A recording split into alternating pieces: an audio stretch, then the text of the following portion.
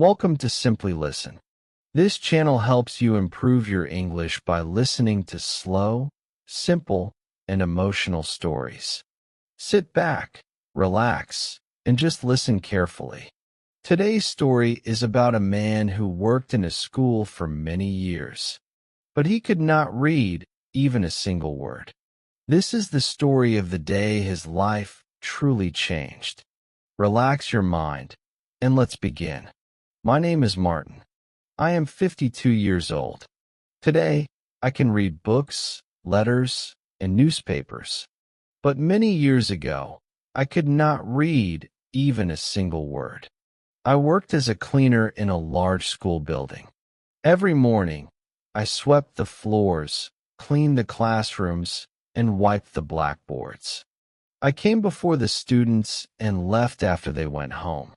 I watched children walk into the school with bags on their backs and smiles on their faces. I watched teachers write on the board with white chalk. I always looked at the letters on the board. They looked like small drawings to me. I did not understand them. I never went to school when I was young. My parents were very poor. I started working when I was a child. Life moved fast, and learning stayed behind. One afternoon, I found a small book under a desk. It had colorful pictures and big letters.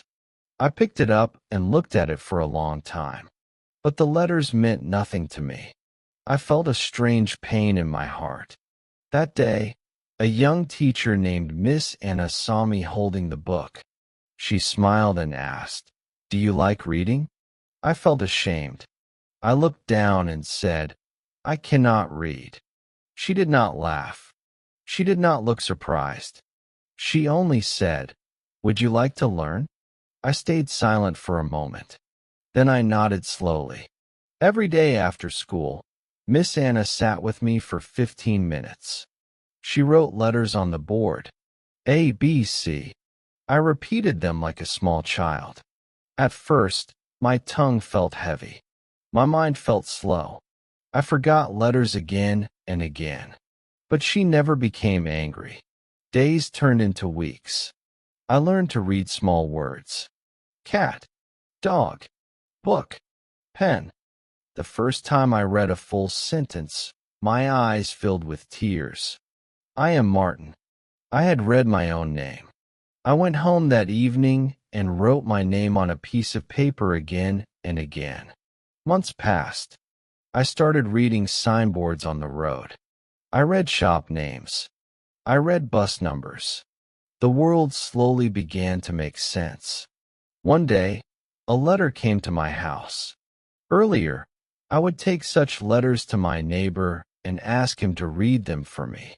But this time, I opened it myself. My hands were shaking. I read every word slowly.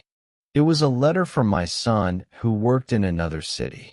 For the first time, I read his words with my own eyes.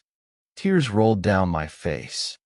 The next day, I thanked Miss Anna. She smiled and said, "You did the hard work, not me." Years later, I left the school job, but I never stopped reading. Now, every evening, I sit near the window and read books. Sometimes children from the neighborhood come to me, and I help them with their homework. When they ask me how I learned to read at this age, I smile and say, "It is never too late to learn." The day I learned to read was the day my life truly began.